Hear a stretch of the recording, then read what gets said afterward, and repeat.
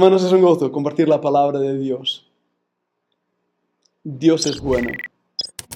Dios es bueno. A veces nos guía por senderos que no entendemos, por caminos que no comprendemos. A veces Dios nos sorprende de maneras maravillosas y a veces parece que algo sale mal, pero todo está bajo su control. ¿Recordad la historia de José en Egipto? Seguro que la sabéis todos. Y más de una habréis escuchado alguna predicación de este joven soñador que terminó en un pozo. Y después vendido como esclavo.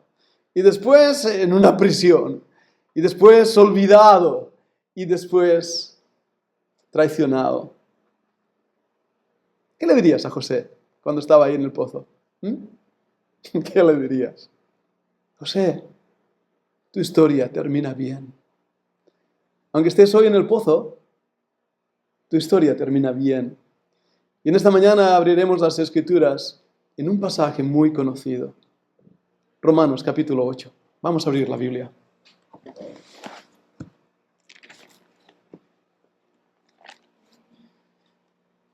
Romanos capítulo 8, voy a leer desde el versículo 28.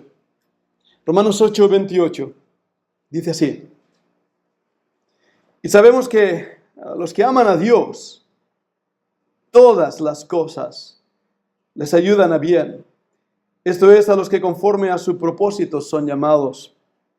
Porque a los que antes conoció también los predestinó, para que fuesen hechos conformes a la imagen de su Hijo, para que Él sea el primogénito entre muchos hermanos. Y a los que predestinó, a estos también llamó, y a los que llamó, a estos también justificó, y a los que justificó, a estos también glorificó. ¿Qué pues diremos a esto? Si Dios es por nosotros, ¿quién contra nosotros? El que no escatimó ni a su propio Hijo, sino que lo entregó por todos nosotros, ¿cómo no nos dará también con Él todas las cosas? ¿Quién acusará a los escogidos de Dios? Dios es el que justifica. ¿Quién es el que condenará? Cristo es el que murió, más aún el que también resucitó, el que además está a la diestra de Dios, el que también intercede por nosotros. ¿Quién nos separará del amor de Cristo? ¿Tribulación? ¿O angustia? ¿O persecución? ¿O hambre? ¿O desnudez? ¿O peligro? ¿O espada? Como está escrito, por causa de ti somos muertos todo el tiempo, somos contados como ovejas de matadero. Antes, en todas estas cosas somos más que vencedores por medio de aquel que nos amó. Por lo cual estoy seguro de que ni la muerte, ni la vida, ni ángeles, ni principados, ni potestades, ni lo presente, ni lo porvenir, ni lo alto, ni lo profundo, ni ninguna otra cosa creada nos podrá separar del amor de Dios que es en Cristo Jesús, Señor nuestro. Dios bendiga su palabra. Vamos a orar. Padre, al orar antes de predicar, simplemente, Señor, reconocer que es tuya la gloria.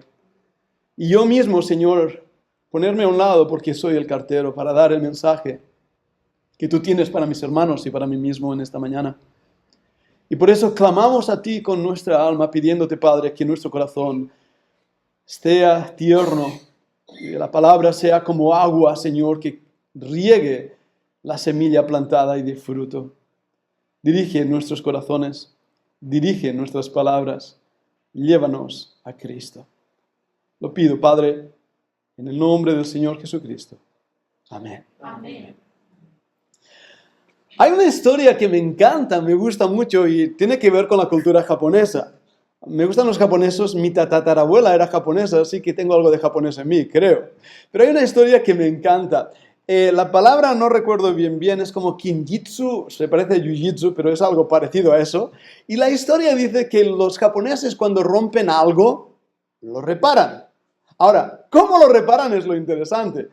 Seguro habéis roto una taza, ¿verdad? O un plato alguna vez en vuestra vida. Bueno, cuando ellos rompen una tacita, toman la taza, todas las piezas, las vuelven a poner juntas, pero las ponen juntas con oro. La vuelven a sellar.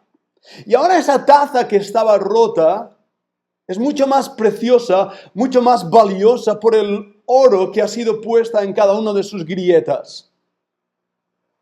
Y esa taza con sus heridas es ahora una joya en sus manos. Creo que todos nosotros somos tazas rotas en esta mañana. No me equivoco al decir que cada uno de nosotros a lo largo de los años, y cuantos más años aún peor, en el aspecto que tenemos más heridas, más golpes, más situaciones complejas que han hecho de nosotros personas rotas, quebradas. No os conozco, es la primera vez que estoy aquí con todos vosotros, pero estoy seguro que hay en vosotros heridas profundas, tal vez matrimonios rotos, hijos que os han abandonado, situaciones económicas complejas, tal vez enfermedades. Tengo en mi estómago una operación de cáncer de hace ya 7 años. Cada vez que veo esa cicatriz digo, Señor, me diste la victoria, gracias. Pero esa herida me recuerda que estoy roto. Y que hay momentos que ese quebranto, esa situación, te lleva a un momento de desesperación de decir, Señor, ¿cómo va a terminar esto? No entiendo lo que está pasando. No comprendo cómo tú me has guiado a este punto donde parece que no hay salida. ¿Has estado ahí alguna vez? Recuerda a Israel saliendo de Egipto, dejando Egipto atrás, símbolo del mundo y del pecado, yendo hacia la tierra prometida, y en ese momento encuentran que Faraón les está persiguiendo, el ejército de Faraón está preparado para matarles. ¿Y qué tienen delante? El Mar Rojo. ¿Te gustaría estar ahí? A mí no. En ese momento. Pero cuando las aguas se abren y Dios opera de una manera milagrosa y el pueblo cruza en seco el Mar Rojo, ¿te gustaría estar ahí? A mí sí, porque ves cómo Dios obra, aún en las peores circunstancias, aún en situaciones que no comprendes. Dios te lleva ahí para decirte, hijo mío, yo estoy a tu lado como un poderoso gigante. Pero Dios está haciendo algo en ti, en tu alma, a través de esas circunstancias, para mostrarte que el poder no se encuentra en ti, que el poder no se encuentra en el hombre, que el poder no se encuentra en el dinero, no se encuentra en la fama, no se encuentra en la gloria, se encuentra en Cristo.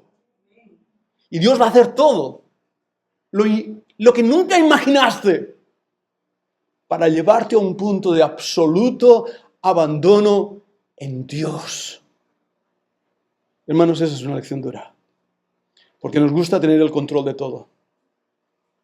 Hay un salmo que dice, espera en Jehová, confía en Él.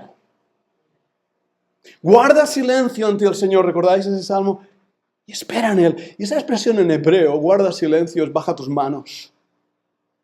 Es ese rendir de decir, Señor, no puedo más. Y bajas tus manos. ¿Entendemos ahora por qué dice el versículo? Y sabemos que todo ayuda bien a los que aman a Dios. Todo. Tu historia termina bien.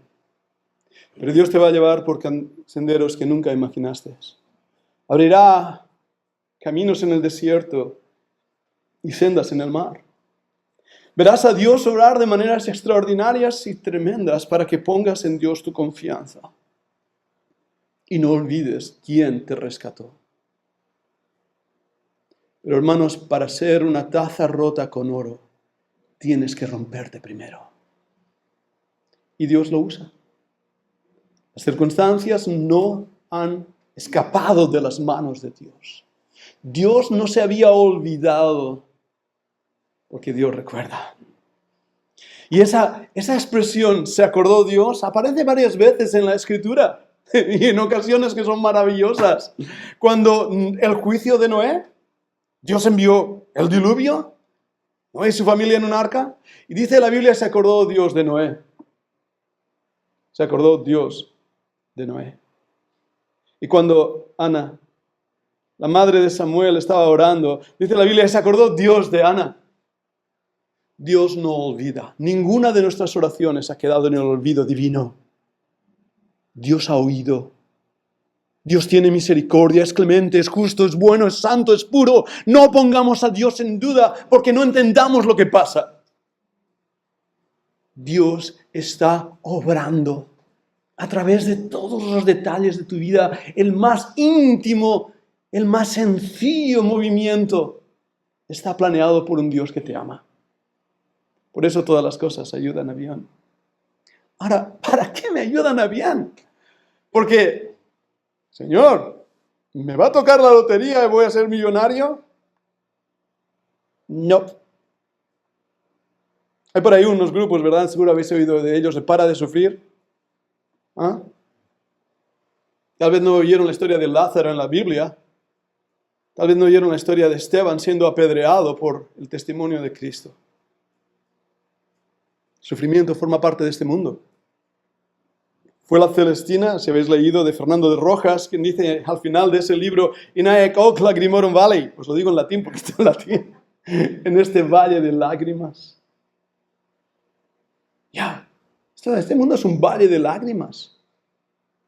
Pero hay un salmo que dice, pasando por el valle de lágrimas, la versión antigua dice, pasando por el valle de vaca, es una palabra hebrea, quiere decir lágrimas, pasando por el valle de lágrimas, lo cambian en fuente. Y así todas las cosas ayudan a bien a los que a Dios aman, a los que conforme a su propósito son llamados. Dios tiene un propósito y Dios te está guiando en ese propósito y Dios se está glorificando en ese propósito con un objetivo. Y nos lo dice aquí el texto. El texto es bien claro. Pero tristemente las discusiones teológicas han hecho que perdamos de vista el texto para entrar en las disputas teológicas. ¿Y a qué me refiero? Aquí en estos versículos 29 y 30, cuando habla de ese, algunos teólogos, los que estudiáis teología lo escucharéis, el ordo salutes, el orden de la salvación, y lo emplean así para el orden de la salvación, qué viene primero, etc. Pero hermanos, lo que dice este texto, debe llamarnos la atención, Dios nos predestinó, claro que sí. ¿Para qué? Para que fuésemos hechos conforme a la imagen de su Hijo. ¿Habéis escuchado esas palabras? El propósito de Dios desde antes de la creación del mundo es formar en ti a Cristo. Es formar en mí a Cristo. Y Él va a hacer todo lo que tenga que hacer para hacer que este ser roto, que el pecado ha destruido, que la maldad ha destruido, que el sufrimiento ha destruido, para que nosotros fuéramos renovados en Cristo y fuéramos sanados, curados de lo peor que pueda haber de nuestro pecado, de nuestra maldad. Pero Dios va a crear en nosotros a su Hijo. Y no es fácil. ¿A qué no? No es fácil. No. Porque queremos huir a veces de los propósitos divinos. Queremos escapar de su cincel que golpea, golpea, golpea para crear en nosotros a su Hijo. No hay hombre que Dios haya usado que no haya sido un hombre roto, quebrado. El peor de los pecados es el orgullo, pecado del diablo. Y cuando Dios quiere hacer algo en nuestras vidas, lo que hace es quebrarnos, rompernos, llevarnos a una situación de absoluta dependencia en Dios, porque ese es ahí el mejor lugar donde debemos estar. Cuando bajamos nuestras manos, guarda silencio ante Jehová y espera en Él y Él hará. En hebreo, baja tus manos. Déjalo ir. Descansa en Él y Él hará. Y Él está formando en ti a su Hijo. Hermanos amados míos, os digo una cosa, el cristianismo de nuestros días no tiene a Cristo. Se ha convertido en una religión vacía de ritos y leyendas, de haz y no hagas, de no vayas y no toques. Se ha convertido en una pugna de fama y solo hace falta ver a los predicadores youtuberos, eso que tenemos un canal de YouTube nosotros, pero solo hace falta ver esa popularidad, esa búsqueda de la elocuencia, esa búsqueda de lo principal. ¿Dónde está Cristo? Puedo ser aún más cercano a casa y espero no decir nada que dañe vuestros corazones. Pero ¿cuántos de nosotros hemos olvidado nuestro primer amor? Oh, ya, sabemos los himnos de memoria, sabemos el orden del culto, sabemos bien las cosas, cómo funcionan dentro de la iglesia. Pero ¿dónde está Cristo? Lo hemos perdido. Varias veces he compartido en mis mensajes una historia que Siempre que la recuerdo me impresiona. Es la construcción del Taj Mahal. ¿Conocéis ese edificio blanco, bonito, verdad? Seguro que habéis visto un montón de fotos del Taj Mahal. ¿Sabéis que no es un palacio, es una tumba? Es una tumba. La historia dice que un sultán estaba enamoradísimo de su mujer, ella falleció. El dolor fue tan grande que decidió hacer la tumba más hermosa que jamás hubiera existido y levantó el Taj Mahal. Es hermosísimo, ¿verdad que sí? La historia nos dice que cuando estaban en plena función de la construcción, él vino un día a ver cómo estaban las cosas y había una caja ahí en medio que le estorbaba muchísimo, una cajota grande, y dijo, por favor, retírate esto de aquí porque quiero ver cómo va la construcción, así que sacaron la caja. Y bueno, terminaron la construcción y todo quedó tan bonito, tan hermoso, y él dijo, ¿y dónde está el féretro? ¿Dónde está mi amada? Nadie se atrevía a decirle dónde estaba. Pero al final uno de los arquitectos fue sincero y dijo, ¿recuerdas la caja? Nos dijiste que la apartáramos. Ese era el féretro. ¿Sabes lo que nos pasa a nosotros? Lo mismo. En la construcción olvidamos al amado. En la construcción de nuestras vidas, de nuestra teología, de nuestras formas, olvidamos al amado. Y por eso en la iglesia de Éfeso Dios le dice, tengo contra ti que has olvidado tu primer amor. Hermanos, ¿qué tiene que pasar para volvernos a enamorar de Cristo? ¿Qué tiene que pasar? Matrimonios que hace años que estáis juntos. ¿Habéis olvidado lo que es sentir las mariposas en la barriga? Mirarla a ella y decir, wow, qué bonita que eres. ¿Habéis olvidado lo que es mirarle a él y decir, wow, gracias a Dios por este hombre? Pero pasa. El maltrato dentro de la familia es para mí uno de los más tristes que jamás he visto. Dentro de la Fundación Bíblica he sido yo mismo testigo de gente maltratada. En casa de sus amigos, en sus hogares, en sus familias, esposo, esposa, en la iglesia. ¿Dónde está Cristo? Y lo que acabo de leer aquí en este pasaje es que Dios hace que todas las cosas me ayuden a bien para que Cristo sea formado en mí de tal manera que caiga a sus pies y le ame. Me entregue a Él y diga, es que vale la pena vivir para Él y ser de Él. Y Señor, abrázame y ámame porque te necesito. Porque este mundo es una locura. Nada tiene sentido. Y si no fuera por ti, entraríamos en una verdadera desesperanza. Pero a lo largo de los años, amados míos, perdemos a Cristo. Y ocupa otra cosa su lugar. Incluso venir a la iglesia se nos hace pesado. ¿Y cuántos de nosotros hemos sido heridos en las iglesias, verdad que sí? ¿Cuántos? ¿Cuántos? ¿Cuántos abusos? Dinero, abusos de todo tipo, órdenes, corazones rotos. Parece un sinsentido. ¿Qué pues diremos a esto?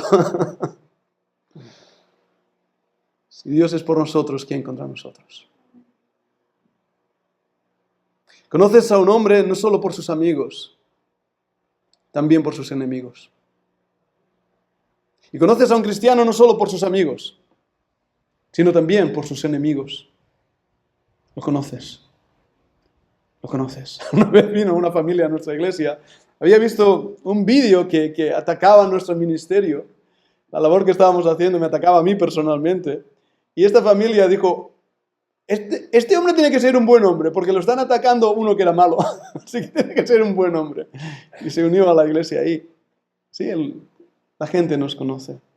Nuestra vida es un olor fragante en todo lugar cuando vivimos con Cristo y en Cristo.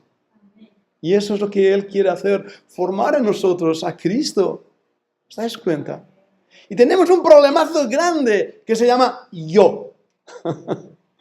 Nuestra manera de ser, nuestra manera de comportarnos, nuestro carácter, las palabras que decimos, los chantajes que hacemos, el control que realizamos, todas esas cosas, yo. Ya. y Dios va a romper ese yo. Lo va a romper, ¿eh? Te va a golpear en la línea de flotación. Porque Dios quiere formar en ti a Cristo. Por eso todas las cosas ayudan a bien. Aún las acusaciones. ¿Quién te acusará? ¿Sabes quién? Yo te lo digo. La Biblia lo dice, ¿quién nos acusa? De hecho, su nombre es el acusador de los hermanos. Satanás, el enemigo. Mira Job, no fue Satanás quien se presentó delante de Dios y dijo, ya, ¿has considerado a mi siervo Job? Pues claro que lo he considerado, pero como tú lo proteges, ¿recordad la historia? El acusador de los hermanos. ¿Sabes lo malo, lo tremendamente malo? Es que lo que me acusa tiene razón. Seamos sinceros. ¿Cuántos pecados hay que deberíamos arrepentirnos delante de Dios como creyentes y no nos arrepentimos? Y bien se dice que es más fácil que un inconverso se convierta a que un santo se arrepienta. Porque llegamos a un estatus de santidad tan grande que creemos que ya hemos cumplido con Dios y que Dios está contento con nosotros. Bendito el día que Dios nos quebranta. Y nos hace depender de Él, y que no hay nada que nos aparte de Él y de su amor, porque Él está ahí delante del enemigo, acusando al enemigo, y Él diciendo, no, yo morí por Él, yo derramé mi sangre por Él, yo lo limpié de sus pecados, yo le he dado la vida eterna, es mi hijo, me pertenece. Está limpio. Sí, tiene heridas, claro que tiene heridas, es una taza rota, pero mi sangre unió sus piezas para darle una nueva vida, un nuevo propósito, como el barro en manos del alfarero, que cuando esa pieza se rompe, él toma el barro y hace una nueva pieza. Y así nosotros somos una nueva pieza en Él, porque Él está a la diestra del Padre intercediendo por nosotros. Y si no fuera por eso, amados míos, tú y yo no estaríamos aquí hoy. Estaríamos muy lejos ya. Tal vez hubiéramos regresado al mundo y al pecado y a la maldad, o hubiéramos muerto. Estaríamos metidos en la locura, pero Él intercede por nosotros. Porque Él tiene un propósito, predestinado desde antes de la creación del mundo, formar en ti a Cristo, a su Hijo. Y por eso viene esa serie de preguntas tan grandes. ¿Quién nos apartará del amor de Cristo? La lista es larga. ¿Habéis experimentado algunas de esas cosas? ¿Tribulación? Esta palabra me gusta. Porque viene del latín, tribulum. Y la palabra tribulum, no sé, aquí en Cataluña que hay un montón de payeses, ¿verdad? De gente labriega que trabaja la tierra. Ahora tienen tractores, pero unos años atrás lo que tenían era un tribulum. ¿Y qué es eso? Bueno, mira un campo. Imagínate un campo que acaba de ser preparado, arado, y ves unos pedruscos así de grandes, hechos de barro, ¿los habéis visto? Ahí.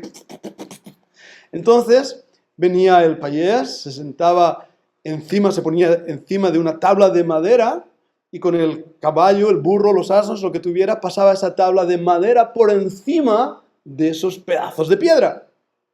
Ahora, la tabla de madera tenía algo especial, tenía un montón de clavos. Entonces, esos clavos iban destruyendo los terrones de barro. A esa tabla se le conocía con la palabra tribulum. Así que cuando tú estás en tribulación, tú estás debajo de un tribulum. Y los clavos están haciendo de ti algo mejor.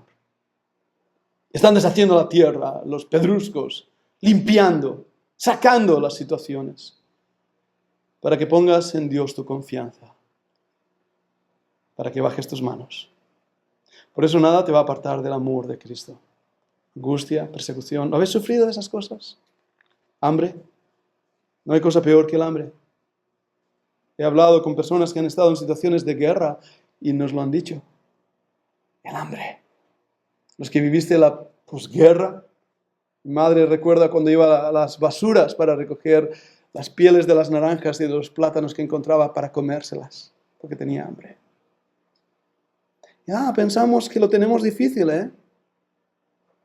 A veces no nos damos cuenta lo privilegiados que somos. Como está escrito, por causa de ti somos muertos todo el tiempo. Ese versículo no lo entendemos. ¿Cómo vamos a entenderlo? Vivo no ya yo, mas vive Cristo en mí. No quiero esas cosas, Señor, no quiero eso. No quiero tribulación o angustia o hambre o desnudez. No quiero eso. Bueno, hijo, a veces te voy a hacer pasar por eso para formar en ti a Cristo. Y cuando tengas tu dependencia en mí, y no en lo que tú eres, o en lo que tú has hecho, o en lo que tú has conseguido, sino en mí, entonces empezarás a entender lo que quiere decir este versículo. Vivo no ya yo, mas vive Cristo en mí. Sé que en todas estas cosas somos más que vencedores, ¿verdad que sí? La vida cristiana, hermanos, si eres hijo de Dios, eres un vencedor. Sí. En el ejército nos decían que la segunda persona en llegar era el primero de los perdedores. Pues eso sonaba horrible. Tú eres el primero en llegar. Eres un vencedor. En el libro de Apocalipsis, la carta a las 7 iglesias, ¿os dais cuenta que en cada iglesia hay al que venciere? Tú eres un vencedor. Tú has vencido sobre la muerte, el pecado, porque Cristo venció por ti. No seáis derrotistas, no seáis amargados, no seáis cristianos acartonados, que viendo la cara dices, uy, qué pena, yo no quiero ser cristiano. Para tener esa cara, prefiero no serlo. Tengamos victoria, como cantamos en muchos de esos himnos, ¿verdad? Siempre digo que cuando más mentimos los cristianos es cuando cantamos.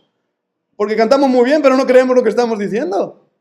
Entonces cantemos con victoria, con gozo. Dios me ha dado cuanto necesito para vivir un día más. Dios ha confiado en mí hoy para que esta vida que tengo, que Él me ha dado, pueda glorificarle. Y voy a salir ahí fuera y voy a decir, tengo victoria. Y esa victoria va a hacer que mi vida sea luz y sea sal. Y si hay ahí luchas, yo voy a decir, Señor, yo te entrego estas luchas porque no puedo. No puedo más. Me rindo bajo mis manos. Pero Cristo está siendo formado en mí. Así que estoy seguro. Estoy seguro. La palabra ahí implica una seguridad, una certeza, una convicción. ¿Cómo decimos en España? ¿Que lo decimos con la boca chiquita? ¿Ah? Cuando no estamos muy seguros. Bueno, sí, ya. Ay, Señor, sí. Ay, Señor. ¿Ah? No dice tu palabra, pero Señor, seguro que sí. ¿Ya? Tengo la convicción, tengo la seguridad, tengo la certeza. Eso es la fe. La confianza absoluta en un Dios que se ocupa y preocupa y nos guía. Eso es la certeza. Porque la fe a veces no la entendemos. Tenemos una mente greco-romana en nuestro entendimiento de la fe. Es un salto al vacío. No es un salto al vacío, es un salto en las manos de Dios. Yo sé quién está ahí. Y eso implica confianza. He visto a veces imágenes en Instagram, podéis verla, y seguro que lo habéis practicado. Un niño pequeñito lanzándose en brazos de papá. ¿Lo habéis visto? A propósito, no hagáis eso de tirar al niño para arriba porque le podéis hacer daño en el cuello. Abuelos, no hagáis eso, ¿de acuerdo? Pero ¿habéis visto alguna vez un niño tirándose, verdad que sí? Saltando porque sabe que papá lo va a recoger.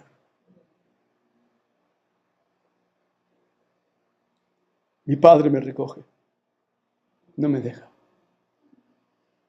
Él es quien me sostiene. Por eso ni ángeles, ni principados, ni potestades, ni lo presente, ni tampoco lo porvenir, ¿sabes? Nada, ni nadie, ninguna circunstancia o situación, aún en mis pecados y mis errores, en mis propios giros inesperados, en todo aquello que no entiendo, en todo aquello que en el pozo de la vida me mete y me ahoga. En todo eso tengo la convicción, Dios no me va a dejar. Porque dio su Hijo por mí. Alguien me preguntó, ¿cómo sabes que Dios te ama? Y le dije, tengo la medida del amor de Dios. ¿Así? Sí, sé cómo Dios me ama. Tengo su medida, ¿no? Como muchas veces decimos que te amo mucho, mucho, lo habéis escuchado eso, ¿verdad? Alguien te lo ha dicho, qué bonito, cuando te dice, te quiero tanto. Vale, pero ¿cómo es la medida? Una vez le dije a una persona, yo te quiero como las vacas. Se me quedó mirando y dije, ¿qué es eso? Dije, te quiero mucho. Así que te quiero como las vacas. ¿Cuál es la medida del amor de Cristo? Su Hijo. Esa es la medida. Y porque Él me ama en su Hijo, puedo leer al final del pasaje, ni lo alto, ni lo profundo, ni ninguna otra cosa creada nos podrá separar del amor de Dios, que es en Cristo Jesús, Señor nuestro. Yo no sé si está roto en esta mañana como esa tacita, pero deja que Dios tome las piezas, las vuelva a juntar todas y ponga oro en ellas. En cualquier situación, enfermedad, necesidad económica, si tu esposo o tu esposa te ha abandonado y te ha dejado, si tienes un hogar roto, si estás viviendo en ese hogar y no te aman, igualmente. Si hay una situación económica, no importa. Nada te apartará del amor de Cristo. Vamos a orar. Padre, yo soy el cartero. Soy el cartero. Bendice este mensaje. Y consuela los corazones y transforma las vidas. En el nombre de Cristo. Amén. Amén.